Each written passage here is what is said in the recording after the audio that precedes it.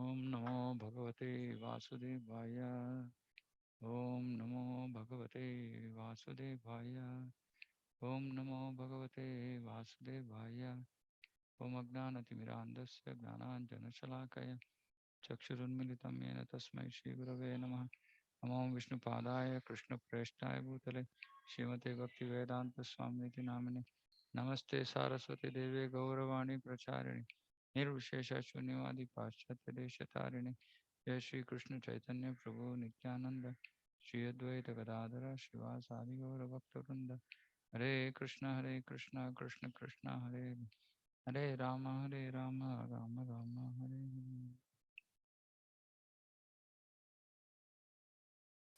Hare Krishna. Okay, so voice is very low. Is it better now?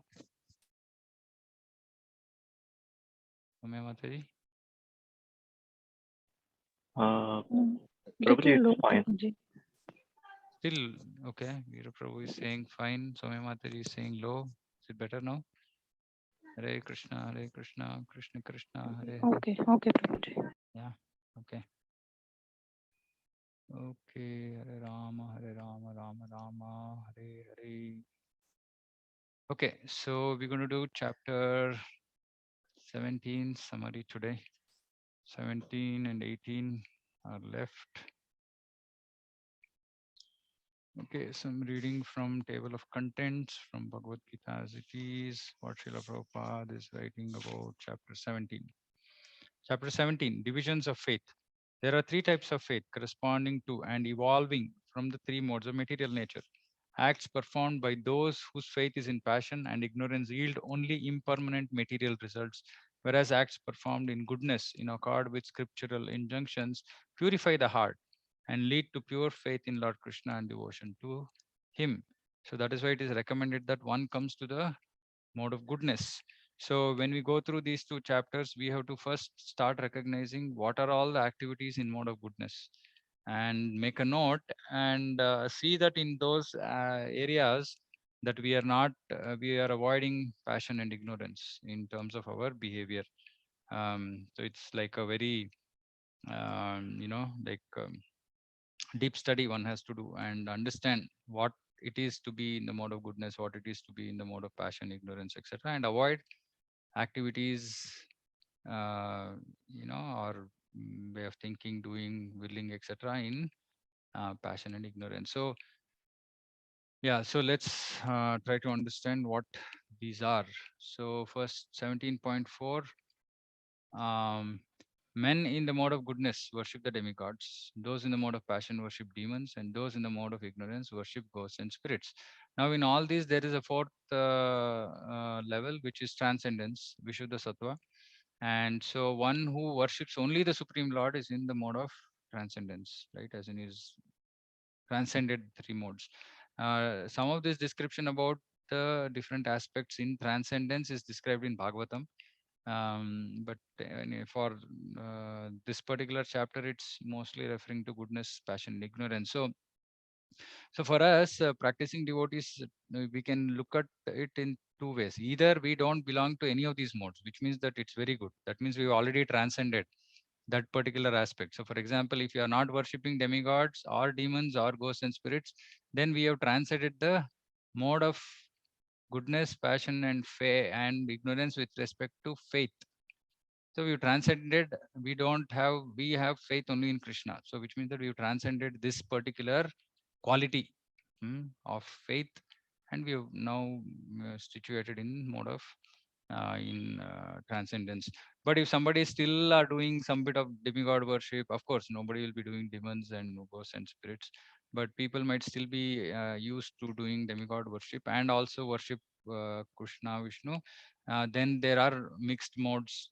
So they are in goodness and also they are trying to transcend. Um, so then slowly, steadily, one should move out of worshipping demigods, right? And yeah, and when we do that, we don't have to fear that whether demigods will become upset with us, angry, they will curse us, and they will give us trouble, etc., etc. Nothing. They'll be very happy that we are worshipping their worshipable Lord, Vishnu, Krishna, and they will be happy. Okay, 17.56. Those who undergo severe austerities and penances not recommended in the scriptures. This is now with respect to austerities and penances. Modes with respect to austerities and penances. We should do. Everybody should do austerities and penances, and yeah. So we'll understand doing austerities and penances for Krishna's pleasure is transcendental. Now, those who undergo severe austerities and penances not recommended in the scriptures, performing them out of pride and egoism, who are impelled by lust and attachment, who are foolish and who torture the material elements, are to be known as demons. And so this is what many people do. Bhuk hartal. Right. All these kind of things we should avoid unnecessarily troubling the body out of pride and egoism. So like for something of our own self-centered achievement that we want to do, and following processes which are not recommended in the scriptures. Mm, Lust and attachment. So normally all this fasting for um, world peace and this and that and all that is actually it's not recommended because it tortures the material elements of body as well as the super soul. Because if you are doing something against the scriptures, then it also torments the super soul. So absolutely, then we are demons because we are troubling the super soul. So we should not engage in anything which is not given in Shastra. Um, Next, foods. Foods, mode of goodness, we know, which increases duration of life. Mode of passion increases misery and disease. Mode of ignorance increases darkness. Right. So mode of goodness, foods which increase duration of life. So see, food has to be consumed because the body has to be maintained. Soul doesn't require this material food. Food for soul is devotional service. But for the body, we have to give some because wear and tear of the body. So we have to give food now. So what is the idea of this food? To keep the body healthy and increase the duration of life. Purify one's existence. This normally people don't think about. They know, understand this pure duration of life. They also understand strength, health. These things people generally understand, but they don't think about purifying one's existence, which is one of the most important effects of sattvic food. And um, then, of course, it also gives us happiness and satisfaction. The other foods don't give us satisfaction. When we eat food in the mode of goodness, it gives us satisfaction. The other foods, you will hanker for more. So it's not satisfactory. It doesn't also give happiness because it results, for example, passion results in distress, misery, disease. So foods in the mode of goodness are juicy, fatty, wholesome, and pleasing to the heart. So and there are a lot of misconception about this. Like for example, people don't eat ghee nowadays. Of course, the market ghee has dalda and it is very bad for the body. But pure ghee is absolutely it's like nectar. It's considered as nectar. Milk, milk products, all of these are fatty and they're wholesome and it's good for the heart. It's not the other way around as most people think. Then bitter foods, mode of passion, bitter, too bitter, not bitter, too bitter is required. As per Ayurveda, all five rasas are required: bitter, sour, salty, pungent, but limited quantities. Here, what it is saying, too bitter, too sour, salty. Normally, nobody eats salty food. Just enough salt for the taste, or hot in terms of spicy as well, pungent, dry, and burning. So they are dear to those. So very spicy food, like it's not good because it just increases mode of passion. It also causes disease of the digestive system, but it also causes a lot of agitation in the mind. It's very difficult for such people to control themselves because they're just very easily, because see, every day, every time one eats food, if they're eating food in a mode of passion, what will happen? They'll also become passionate, which means that they can't have any self control. They can't have peace of mind. They can't sit in one place idly. They want to keep doing busy activities. This is all mode of passion, and people generally don't understand that their activities are being guided by the type of food they eat. and it's a reinforcing cycle. Like you are too much in mode of passion, then you want to eat this kind of food. When you eat this kind of food, it reinforces mode of passion, and this keeps going on and on and on. And food prepared more than 3 hours before being eaten. Okay, so Matajis who cook, of course, it is said that, food offered to Lord Vishnu, even if it is eaten after 3 hours of cooking, is okay. But generally, what is preferred Vedic system is that you cook, offer, eat, and over. You only cook for one time, right? And then again, like, so for example, if you cook breakfast, then you cook, eat, offer, eat, honor breakfast prasadam, and over. And then maybe you do something for lunch. And yeah, maybe cooking 3 times is difficult, then maybe a second afternoon one can be eaten in the evening. But generally, it's not recommended. It's recommended that it has to be cooked fresh and offered to the Lord and then honored. Mm, but yeah, especially non-offered food, if eaten, prepared more than 3 hours before being eaten, it is actually in the mode of tamas. So most people, when people used to go to offices, now we are saying used to go to offices. Everybody works from home. Uh, People take dabba. Right now, the dabba is mostly in mode of ignorance if it is not offered to the Lord. Um, that is tasteless, okay, decomposed, like smell is coming and it's stinking, sticky, all this. Most importantly, this is something that people don't understand. Food consisting of remnants and untouchable things. Remnants means others have eaten and you eat in the same plate. Animalistic, completely animalistic. This is untouchable things is like basically all non-vegetarian food. All this is dear to those in the mode of darkness. Okay. Austerity. Okay, so this is very nice. So now we just covered faith, austerities and penances, and food. Here specifically austerity. Austerity is of 3 types: body, speech, and mind. Austerity of the body consists of worship of the Supreme Lord, Brahmanas, spiritual master, superiors, and in cleanliness, simplicity, celibacy, and non-violence. Austerity of body. So one is worship. They're saying, okay, somebody worships Supreme Lord, Brahmanas, spiritual master, and superiors. That is from a worship perspective.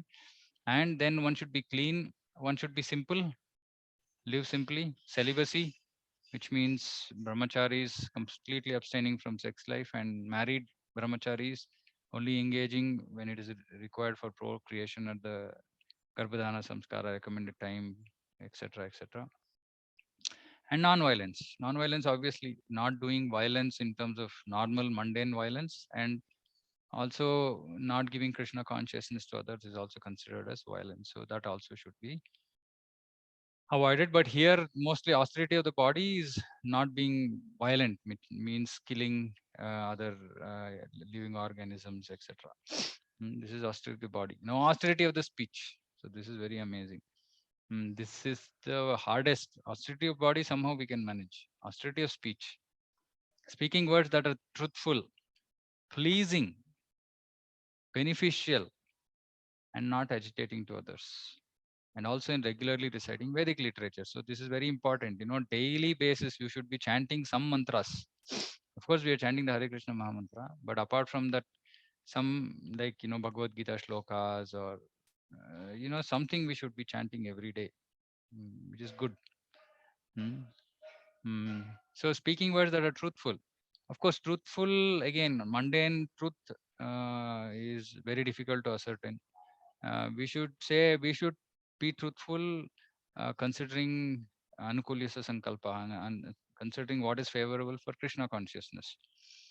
So from material perspective, maybe we are saying, uh, we are saying a lie. But if it is for Anukulyasya Sankalpaha, for making things favorable for Krishna consciousness, that lie is acceptable. So for example, just taking off from work by lying, these kind of things are absolutely acceptable, because they are transcendental.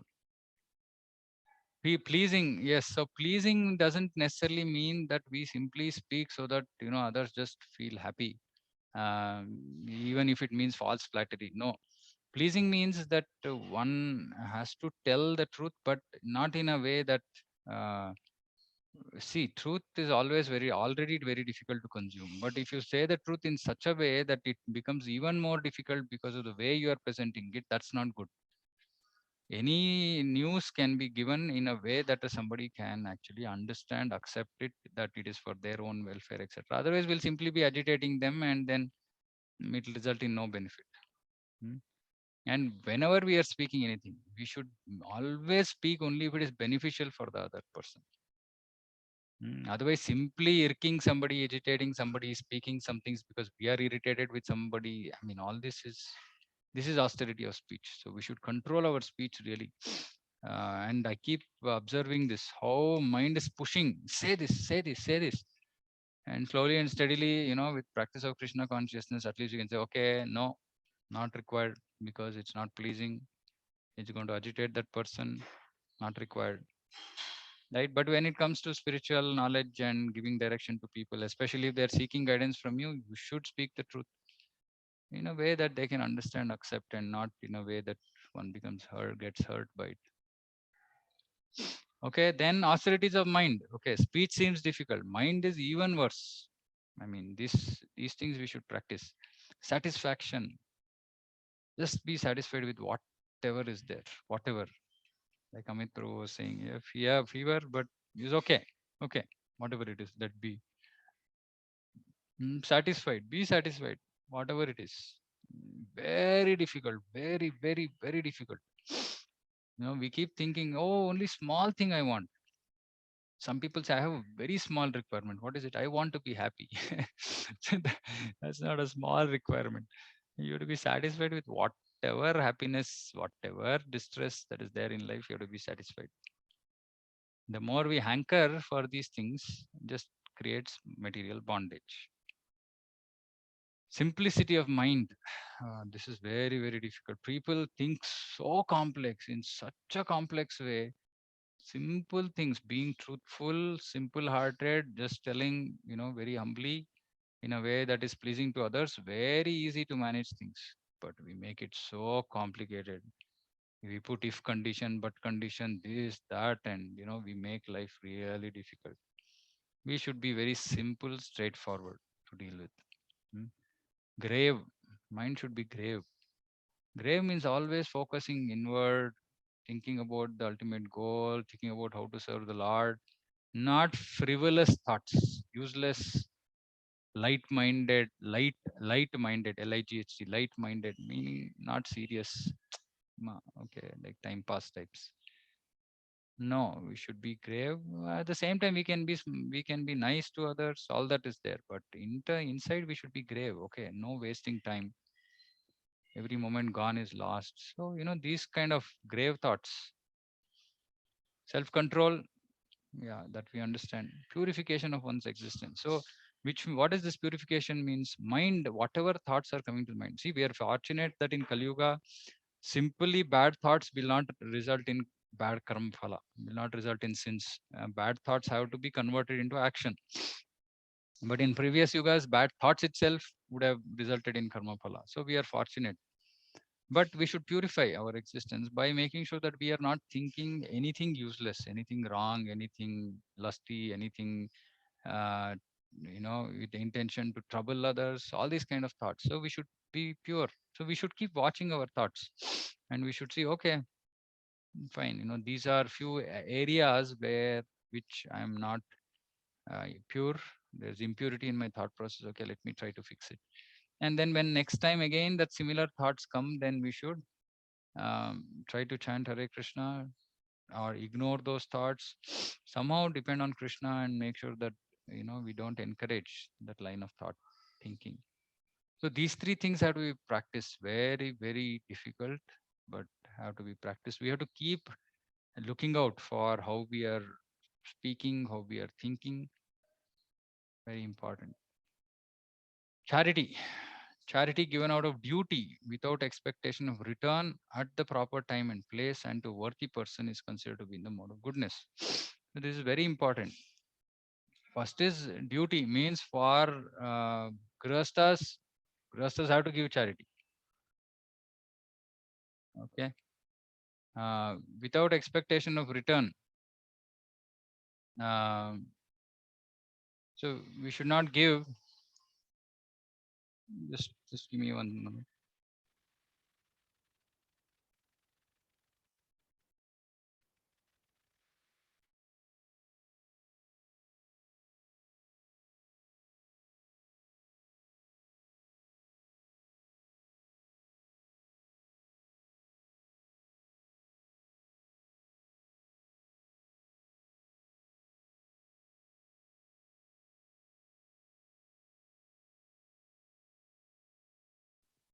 Yeah, we should give charity out of as a matter of duty. All grihasthas have to do without expectation of return. We don't give anything to anybody saying that okay, if I give this, I will get so much in return, right, etc. Proper time and place. So these things are very important. Time, there should be occasion. Um, Place, it should not be given in uh, unholy places, like that. A worthy person, this is the most important criteria, right? Most people end up giving charity to people who are not worthy. Not worthy means what? Mundane perspective, worthy is somebody who is actually in the real need and who will utilize it properly. But we should not restrict it to only that. We should only, Prabhupada in this purport says that it should be given to Krishna conscious person, right? So use charity for Krishna consciousness, spreading Krishna consciousness. That is the best form of charity. Normally, giving money at like traffic signal, beggars, etc., not recommended. Give prasadam instead of money. Hmm. Charity performed with expectation of some return or with a desire for fruitive results, or in a grudging mood, like somebody is saying, okay, take it. Somebody is pestering me, take it. This is mode of passion. Uh, and at an impure place, improper time, unworthy persons, without proper attention and respect. Without proper attention and respect. Generally, it is said like, some charities is happening, then you should also give prasadam to people like that. It's like without proper attention, you simply give out of hand, like, okay, just I've given, okay, over. Not like this. If you're giving charity, then you're giving charity to somebody who is superior to you, and with respect, with proper attention, all that. uh, like, think about giving, like if you give something to guru, how much respect, attention will with, and similarly any other charity should be done in that mode without expecting return. Sometimes, we give to Krishna also, then we are expecting, okay, I'm giving this, hopefully Krishna will factor this in his yayatha mam prapadyante. No, we should not do like that. You're giving charity, it's for our purification. We have to just do in the proper way out of duty. Of course, we are going beyond out of duty. With love also we can give, which again transcends these three modes, love for Krishna. Okay, so this pretty much ends 17th chapter summary. Now 18th chapter, it continues. Lot more discussion on the modes. Supreme Personality of Godhead said, the giving up of activities that are based on the material desire is what great learned men call renounced order. So sannyasa means giving up activities that are based on material desire. And tyaga means, this is just technical, tyaga, renunciation means giving up results of activities. Okay, so none of both these definitions don't say giving up activities in general. Uh, like, for example, some say you should not even engage in Krishna conscious activity because renunciation means giving up all activities. No. Tyagi, sannyasi should give up activities of material desire, and everybody should do, yukta vairagya, or this vairagya or tyaga, which should be to give up the results of all activities for sense gratification and using everything in Krishna's service. So this is just for definition. Now, Krishna is saying acts of sacrifice, charity, and penance are not to be given up. They must be performed. Even They purify even the great souls. So not, I mean, if we remain in Grasta, then we should make sure that we are doing charity. We should do sacrifice, yagna, we should do Sankirtana yagna. Uh, and we should do penance, getting up early in the morning, doing Ekadashi, all this we should do. Okay. All these activities should be performed without attachment or any expectation of result. They should be performed as a matter of duty. This is in the in from a material perspective. Krishna is saying that is my final opinion. That means that first we should do. There's no question of giving up any of this, but it should be performed as a matter of duty. But for us, it should all be performed to please Krishna, to please Guru. We perform acts of sacrifice, charity, and penance. Okay, so this is very important that we should not be giving up. Many times I've seen devotees, little bit of material difficulty, etc. They give up getting up early in the morning, chanting, etc. Not good, not good. So somehow we have to stick to these principles. That is why at the time of, I was wondering why at the time of initiation, Guru says at least 16 rounds, and there is really 4 regulatives and at least 16 rounds. These are the only two vows really we are taking, because even keeping that up is so difficult for people in Kali Yuga, right? So that is why the requirement is really, the standard is very low bar. Just okay, this much you do, it's enough. Okay, prescribed duties should never be renounced. If one gives up prescribed duties because of illusion, it is mode of ignorance. Prescribed duties, so like I keep saying, Grihastha Dharma, Purusha Dharma, Stri Dharma should not be given up.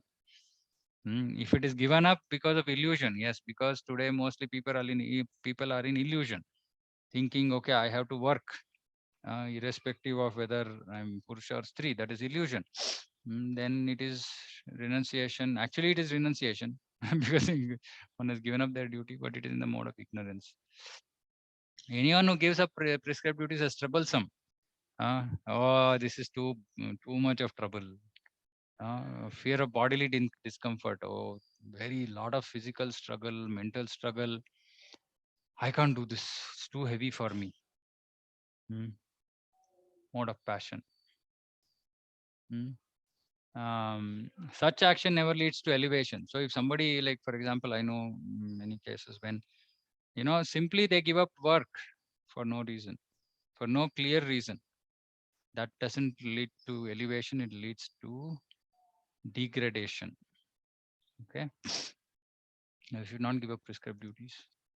When one performs duty because it ought to be done and renounces all material association or attachment to the fruit, this renunciation, this is what is recommended.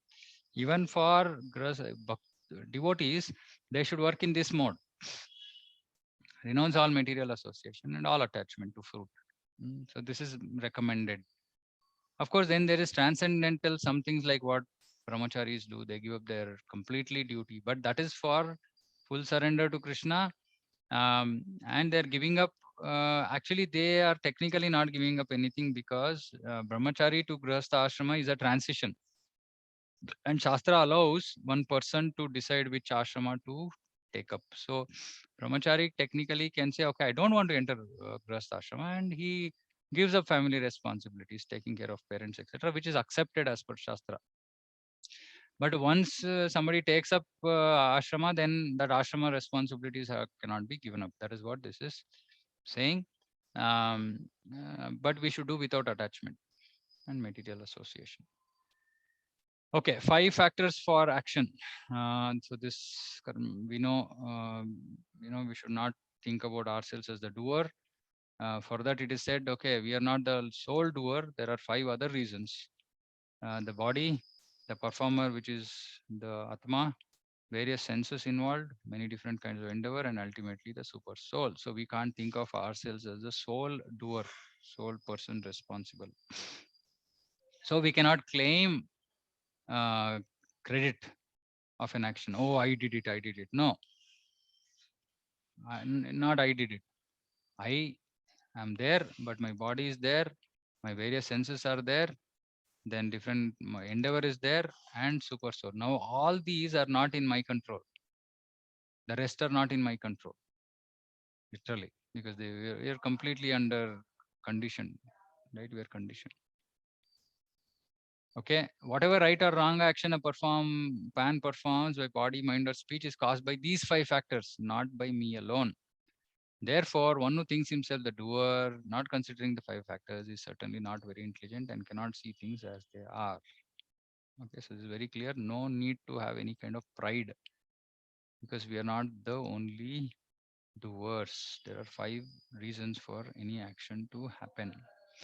One who is not motivated by false ego, whose intelligence is not entangled, though he kills men, does not kill.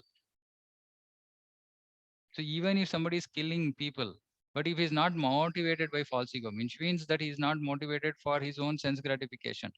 It's not for the gratification of his body. For example, Arjuna is killing. So he's killing, but he's no sin. His intelligence is not entangled. Initially, it was entangled, so he said, I'm not going to fight. But then he kills, but he's not really killing at all. A soldier who's fighting in the battle, he's not fighting for his own sense gratification. Then he does not kill. Otherwise, there are good and bad activities, punya, papa, all this come into play. Okay, this is very, very important. Determination. Okay, please note this. Okay, so our determination should be at least in the mode of goodness. Unbreakable determination. So if you make up your mind to do something, okay, I want to chant so much, I want to read so much, I want to do this, I want to do that in bhakti, please stick to it. Determination should be unbreakable. It is sustained how? Not by our own ability. It is sustained with steadfastness by yoga practice. So that means that we should engage in sadhana. That is why that promise that we give to spiritual master, at least 16 rounds, now that is not negotiable. So there's no question of breaking that now, but that becomes the basis for our determination to engage in other kinds of activities. So at least we do that 16 rounds. So for example, okay, I want to chant offenselessly. Now that requires determination. Okay, I will control my mind, right? Controls the activities of the mind, life and senses. All activities of mind, life and senses. All of them have to be controlled with determination, which is unbreakable. And for that, the basis is not our strength, but the strength of spiritual practice. Third chapter, last words, how to control lust. Krishna says, Evam buddha, evam buddhe param buddha, samstabha atmanam atmana, jai shatru mahabhao, kama rupam durasana. He's saying by that spiritual strength, spiritual strength. So we need spiritual strength. So we need to engage in yoga. That is why that is a non-negotiable promise that we give to the Guru. If that becomes negotiable, then there is no basis for our determination. We will collapse. Okay, so that is why the initiation is required. Some commitments, vow that we take, commitments that we give, because then it will help us to come on the platform of determination in mode of goodness. But that determination by which one holds fast to fruitive results in dharma, artha, kama is of the nature of passion. So there are people who are also very, very determined in their material work. I want to slog, I want to earn so much of money, I want to do this, I want to do that, mode of passion. But yes, that is determination.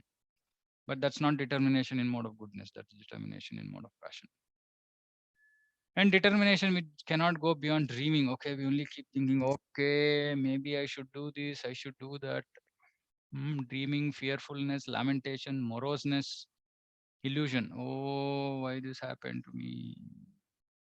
This is all determination in the mode of passion, mode of illusion. So no lamenting. That is why it says na sochati na kankshati. No lamenting. Whatever be the material situation, simply engage in the service of the Lord. Material situation, we can't do much. As in, Krishna wants, he can help us. If Krishna thinks it is useful, it will be helpful to us. If that is overcome, he can help us. But it is our karma phala that we are suffering. So we should not let that our life and difficulties actually affect our bhakti. Very, very important, but very difficult. And to be able to do that, we should be in the association of devotees who can help us. So that is the reason why this association is, invaluable. Invaluable association in Krishna consciousness. It is required for our survival. really. Okay, happiness in mode of goodness and passion. This also we know, but very, very important. Happiness, which in the beginning may just look like poison, but the end is like nectar, which awakens one to self-realization. That is happiness in the mode of goodness. So getting up early in the morning, it's like poison in the beginning. But it will be nectar at the end and it will awaken us to self-realization. So that is in the mode of goodness. But happiness that is derived from contact of senses, sense objects, sense gratification, it appears like nectar, but is poison at the end. Appears like nectar. Oh, you eat some, non-vegetarian, some non-offered food. It's like nectar. Oh, this is so nice. Best, some, never tasted anything like this. Yes, okay. It appears like nectar, but poison at the end because it's just sinful. So we should not engage in happiness mode of passion. Happiness which is blind to self-realization, delusion from beginning to end, which arises from sleep, laziness, illusion. Some people just like to sleep. I used to do this before coming to Krishna consciousness. I used to sleep like crazy. Yeah, because we derive happiness there also. But this is mode of ignorance. Okay, now Krishna talks about the varnas and their duties and their qualities. So we should all primarily target this. Okay. Now, if our nature, so which is brahmanas, shamadama, tapa. So peacefulness, whatever happens, self-control. All we know what these are. Just register these. Austerity. You should engage in austerity. Purity in mind, body, and speech. Tolerance, which Krishna says in the first instruction, Tamstitiksha for Bharata. Honesty, like I said, not material honesty, but of course, Brahmanas simply they are honest more on the material platform, but that honesty also very difficult, very intricate tools of dharma. We don't have to get there, but for us, like I said, Anukulya Sankalpa, honesty. Knowledge, Brahmagnana, wisdom is Vignana, and religiousness, engaging his religious duties. These are qualities of Brahmana. So we should target this as our primary goal because a Vaishnava is a Brahmana, right? Only once when we become Brahmanas, we can actually become Vaishnavas. So we should target this. This requires one to be second initiated, etc. But this is very important goal in our spiritual life. But first Harinam Diksha, then Brahmana Diksha. Now, those who are in the mode of Kshatriyas, their heroism, power, determination, resourcefulness, courage in battle, generosity, leadership. Now, some of us might have mixed modes, right? It's okay because Kali Yuga is like that. It's all Varna Sankara and so not pure Varnas. Previously, it always used to be pure Varnas, meaning son of a Brahmana used to have all the qualities to be a Brahmana, not just because of birthright, but because marriages used to be pure between the same caste, within the same Varna. So it always used to produce high class, high quality children who used to be in the same Varna as. Of course, it's not required that many like sons of Rishabh, some of them were devotees, some of them were kings, some of them were Brahmanas, like that, right? It's possible. Mm, um, so these are all mainly, um, Ishvara Bhava, controlling, exercising power, leadership, bringing things under control, all this is Ishvara Bhava. Now, even if we have Ishvara Bhav, we should use that Ishvara Bhav in Krishna's service by developing some of these qualities. Of course, it's very contradicting, but as we engage these qualities in Krishna consciousness, the Kshatriya qualities in Krishna consciousness, eventually they'll get purified and then we will move to higher, positions. And then we don't have to necessarily engage in those activities which bring us down to mode of passion because Kshatriyas are mode of passion. Then there might be other people other younger devotees, newer devotees who might want to take up those responsibilities which require passion and we can hand it over to them like that. But like somebody like Uttamadhikari, he like, Prabhupada, I mean, he was Kshatriya, was a Brahmana Kshatriya type, right? In terms of what he was doing, because leadership, courage, determination, everything here he was there. He demonstrated in establishing Krishna consciousness. But it might not be possible for all of us to be treading both Kshatriya and Brahmana, because they are very contradictory qualities. But great devotees can do that. Then for Vaishya, Krishi, Goraksha, Vanidya, farming, co-production, business. Business means not any era gara business. Business means only based on these mostly, and barter, food barter.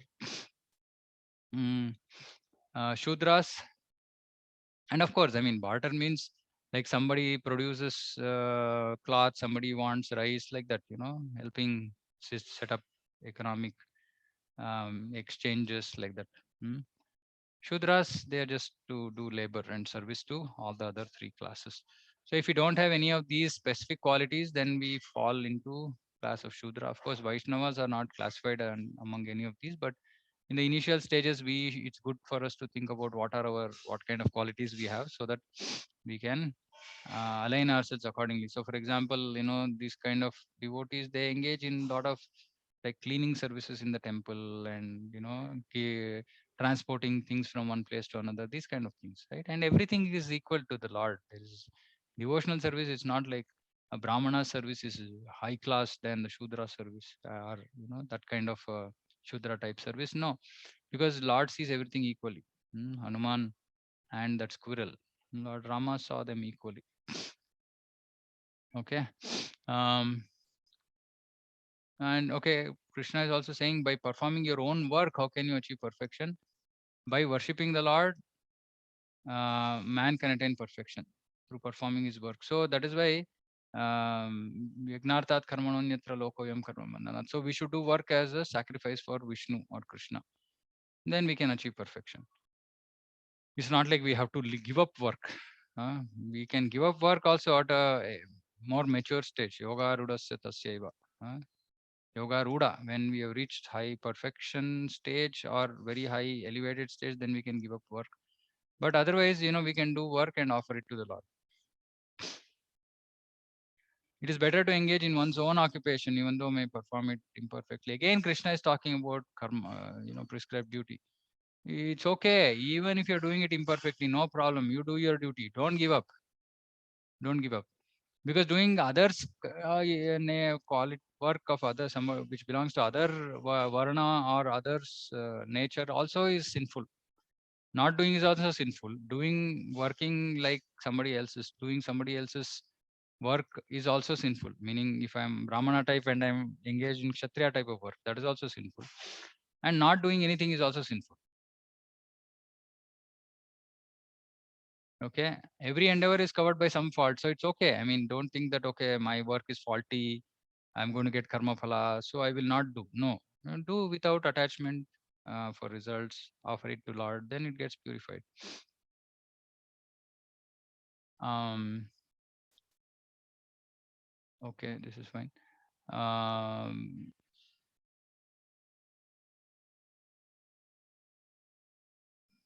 okay, how can we get elevated to the Brahmabhuta stage, to the stage of self-realization?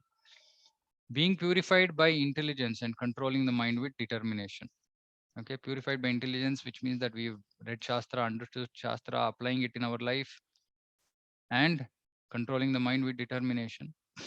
Giving up objects of sense gratification, very clear. Being freed from attachment and hatred, very clear. Lives in a secluded place means no material association. Asat Sangat Tyag, a Vaishnava Achar. Give up material association. Who eats little, meaning not overeating, eats as much as only required. Actually, little, because even Ayurveda says, you should not eat full stomach. You should eat half to three-fourth of your stomach. Um, Controls his body, mind, and speech. Always in trance and is detached. Free from false ego, false strength, false pride, lust, anger, acceptance of material things. Free from false proprietorship and peaceful. Such a person is certainly elevated to mode of to position of self-realization. So we should see these qualities and see how many of these are actually we are actually there, how many of them we are not. So then it will help us to understand how far we are from self-realization.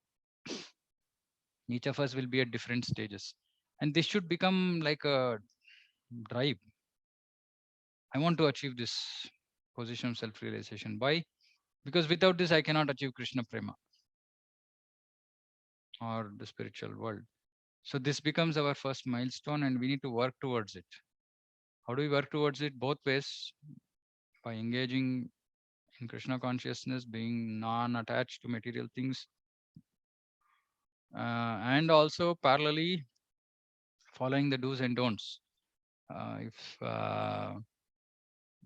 like no pride means we should try to control also by our own, like by effort, not our own effort. By Krishna's mercy, by spiritual strength, we should be able to overcome these. But we should be conscious. Okay, if I'm doing something which is not going to help me, which is going to push me away from self-realization, then I should avoid it. So these verses have to be studied. See, this is why last 6 chapters is Gnana, right? It requires deep study and making notes, points, focusing on each of these points, working on each of those. Every devotee has to do this. One way Krishna consciousness is very simple, easy, right? Just chant Hare Krishna, and do a lot of service. Simple person completely dedicated to service of Guru and Krishna, he will achieve perfection. But most people who are this knowledge kinds, mostly software people, people working, they are too much of mental speculation, right, for them, and they will not engage full-time bhakti.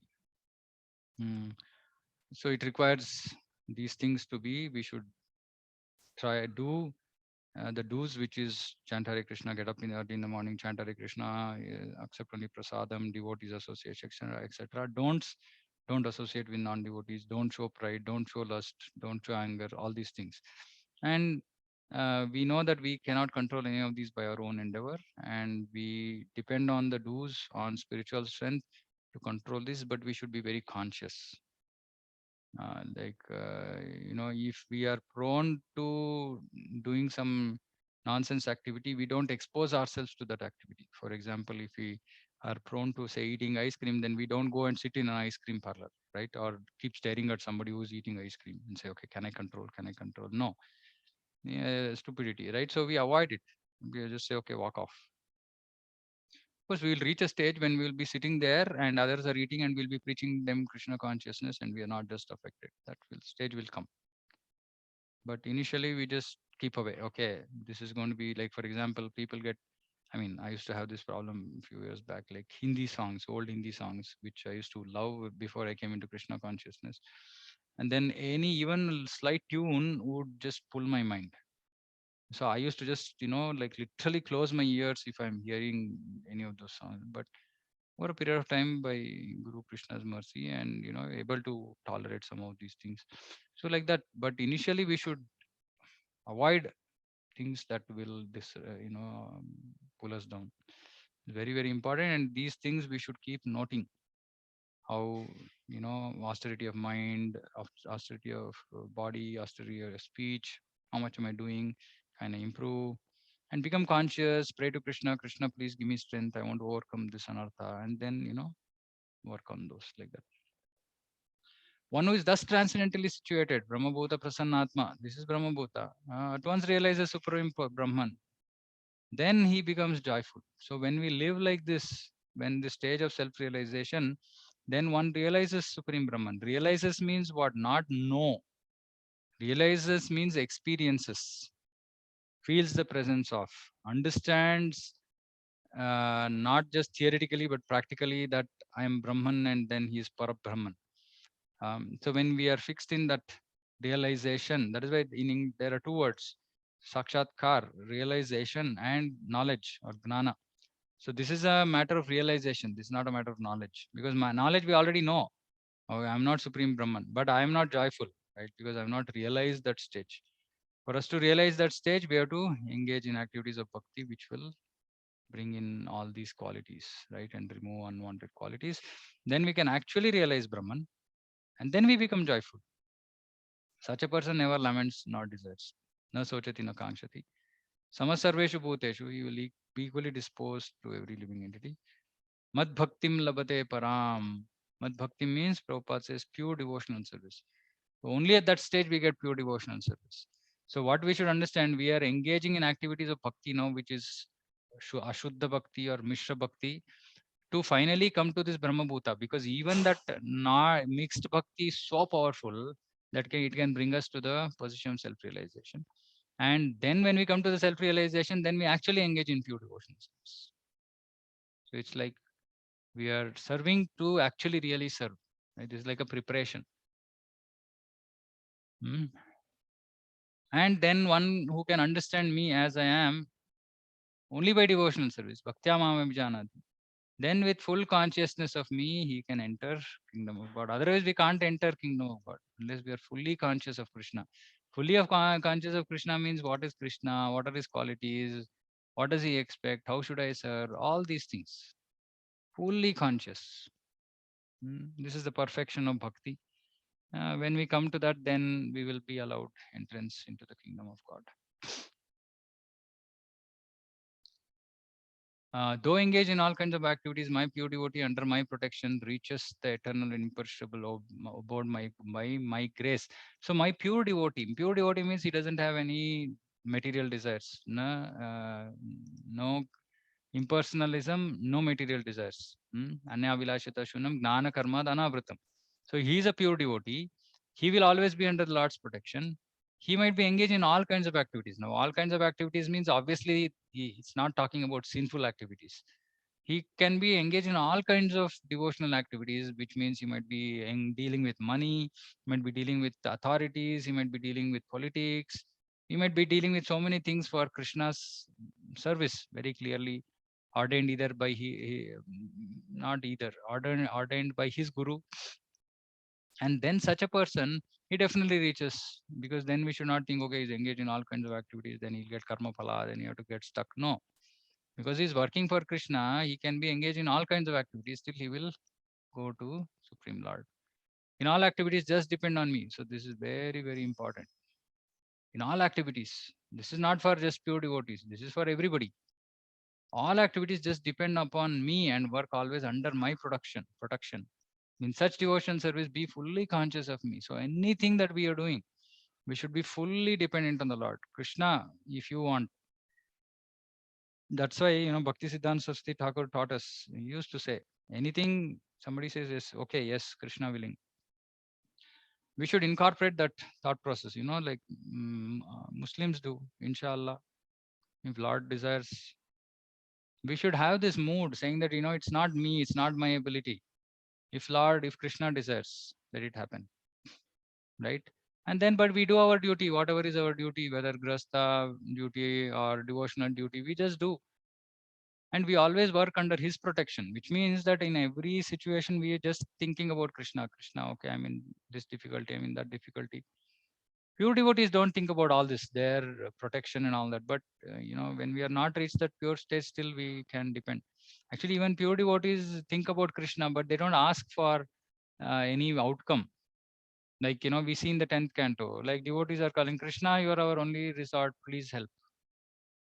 They'll pray, because we know when there is, and their thought process is not, let me protect my body, let me protect my, assets. No, their thought process is, oh, I will not be able to serve you. So they say, please protect so that we can serve you. So if that mood is there, that is still pure. But not for, let me remain, I want to do this, I have so many other plans to do. All this is not pure devotion. The next one, even more killer for grihasthas and normally other people. If you become conscious of me, you will pass over all obstacles of conditional life by my grace. Become conscious of Krishna. So every situation, Krishna, you are the supreme controller. I am just a small twig, insignificant soul. I have committed a lot of nonsense in my past. So that is why I'm struggling, suffering with so many disturbances around me in this material world. If you so desire, please engage me, continue to engage me in your service, right? And of course, sometimes you might also pray, saying, okay, please take away this problem, please do. It's okay initially. We can't not we can't not do it because we don't have any other shelter. Krishna is saying, still you will pass over all obstacles of conditioned life by my grace. If, however, you do not work in such consciousness, but that means that you act independently, you act like you are in control, you act like there is no, you don't have to depend on Krishna, that is false ego, then you will be lost. Not hearing me. Not hearing me means not following his instructions, not following instructions of his devotees, acharyas, guru, etc. Live whimsical life, then Krishna is saying you will be lost. So life is full of obstacles. This dukkhalayam ashashvatam. But for us, we have to just live these two verses. This has to be etched in our mind. Just depend on Krishna. And Krishna is saying you will pass over the obstacles. Don't worry. Don't have to doubt. You will pass. But depend on me, because become conscious of me. Very, very important. Of course, then we, like I said, when we reach pure stage, then we are only worried about Krishna's happiness. We are not worried about our happiness. Hopefully, we'll reach that stage in this life. The Supreme Lord is situated in everyone's heart, and directing the wanderings of all living entities who are seated as on a machine made of material energy. So Paramatma is in control in this in material creation. Paramatma is in control. So everything he directs. Of course, Paramatma is there only in the material world. He is not there in the spiritual world. Also for pure devotees, Supreme Lord himself resides in whatever form the pure devotee wants to serve. The Supreme Lord in that form resides in the heart of the devotee. Premanjana Churita Bhakti Vilochanena. Santa Sadaiva Hrudayeshu Vilokayanti. He's seeing in his heart, Sadaiva, all the time. Always think of me, always think of me, become my devotee, worship me, offer your homage unto me.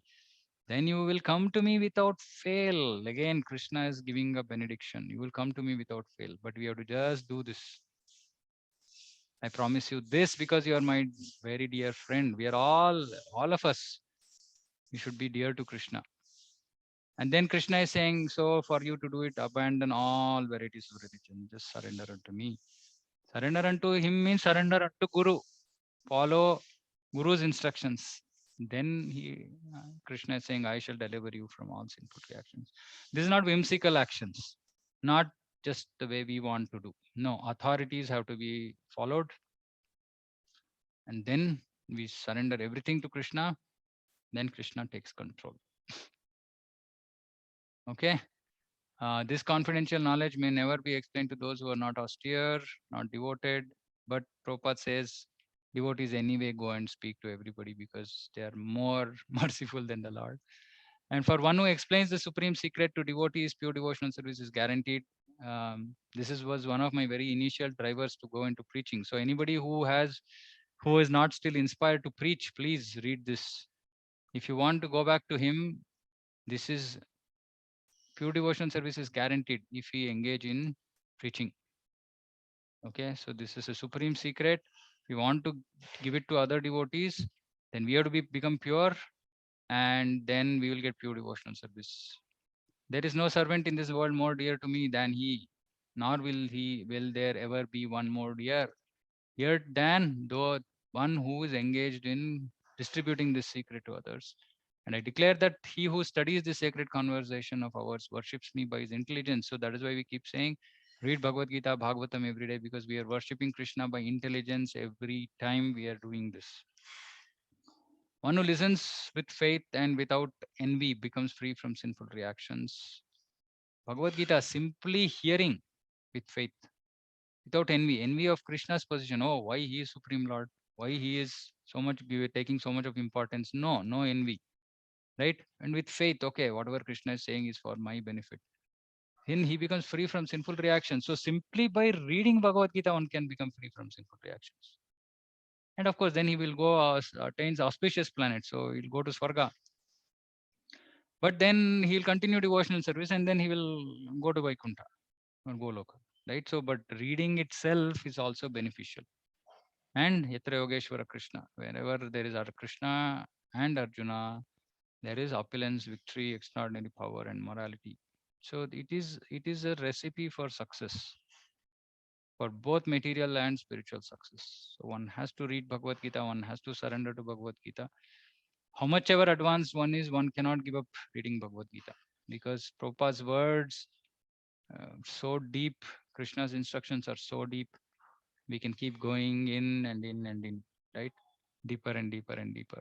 So this whole Bhagavad Gita ends with this, beautiful surrender and wanting to become Krishna's devotee.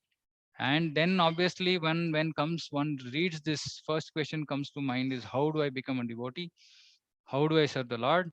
And then we enter into the beautiful Srimad Bhagavatam, which explains in detail how Lord is served, and so many other pastimes with Lord, his devotees, and which brings bhakti into the forefront, and which will help us. Bhagavad Gita, Bhagavatam, non different from Krishna. Bhagavatam is literary incarnation of Krishna. So we serve Nityam Bhagavata Sevaya. Then by this knowledge, we become devotee of Krishna. By studying Bhagavatam, we become a perfect devotee. By reading Chaitanya Charitamrita, we become a perfect, pure devotee. So by the end of Bhagavad Gita, one has to become a devotee. That means that he should have surrendered himself to Krishna. Now start the serious process of purification. And after studying Bhagavatam, serving Bhagavatam, then we come to pure devotional service. Okay. So with this, we end this summary study of Bhagavad Gita. If there are any questions, you can kindly ask.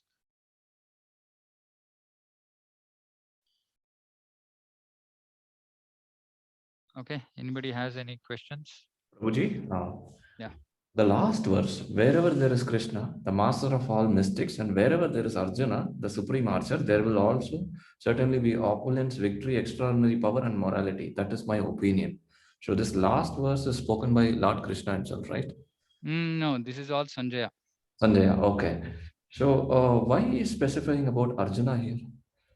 Because Where Arjuna is a dear devotee. So devotee, we have to worship Krishna along with his devotees. We cannot worship Krishna alone. So okay, Arjuna here is basically indicating that we have to approach Krishna through his devotees. okay, Prabhuji. Right. And it is always auspicious to worship Krishna's devotees, because Krishna's mercy automatically comes when we worship Krishna's devotees. And Arjuna is glorified because he was not an ordinary, Sakhya Bhav. And in these verses, he was put into illusion, pulled out of illusion very so easily. Right. And we are struggling for, he did it in 40 minutes. We take lifetimes to come out of it. Right. So he's a great devotee, very dear to Krishna. So even if somebody worships Arjuna, then Krishna will become dear to Krishna, right? So, and saying that devotee's position, what is devotee's position? He also brings auspiciousness. He also brings, everything good for the jiva. So this is a Madhyamadikari vision, right? Like we can't just say Supreme Lord is superior, right? And nobody else. No, Krishna says Mad Bhaktya Adhika. Krishna says my devotees are more than me, so serve my devotees.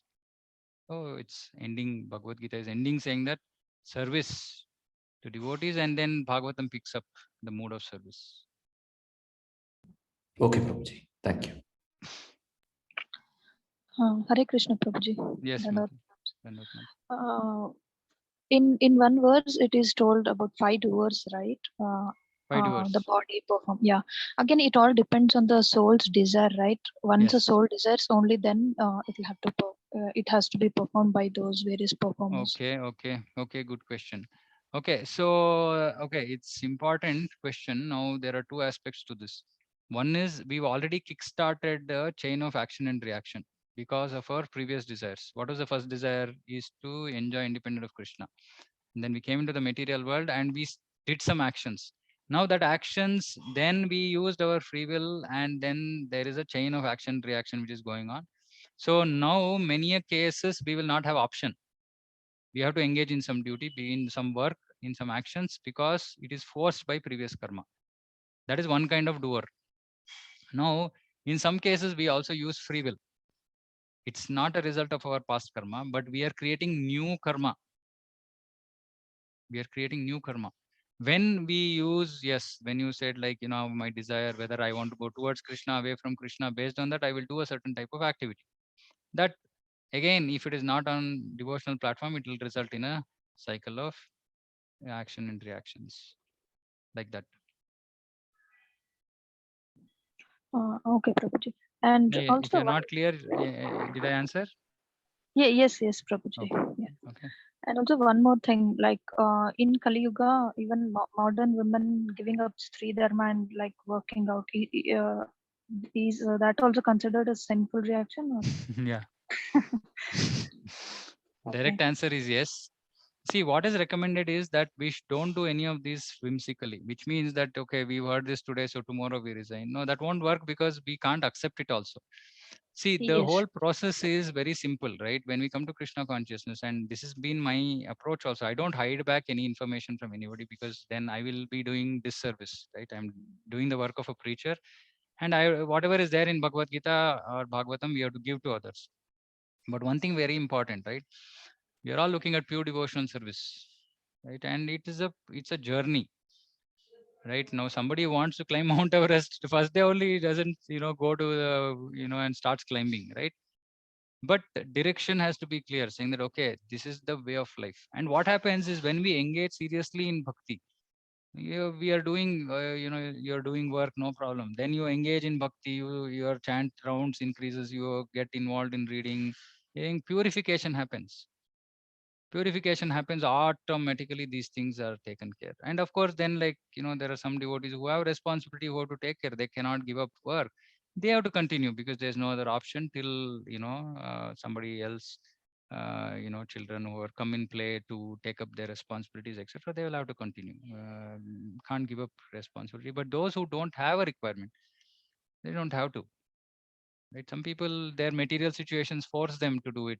Um, Especially financially, not otherwise, right? And we should develop that willingness, desire, and then, of course, so many things, right? Like, okay, if you're unmarried, then what kind of husband you get, etc. So many considerations. But when we desire, Krishna will facilitate that, take care of that, right? But my only request is, know what is right, what is wrong, and then depend on Krishna to, execute it. Okay, Prabhuji. And one more thing, in Kurukshetra war, even Guru Drona was a Brahmin, right? And then he was indulged in war. So was it a pastime of Krishna again, or like how is it? No, so see, Brahmanas can be engaged in knowledge. So there are different grades of Brahmanas also. So even if one can be engaged in Vedic knowledge, disseminating Vedic knowledge. Now this whole Shastra, this knowledge of weapons is also Vedic knowledge. And so he was engaged in distributing it. It's not the best for Brahmana, but it is not completely wrong also.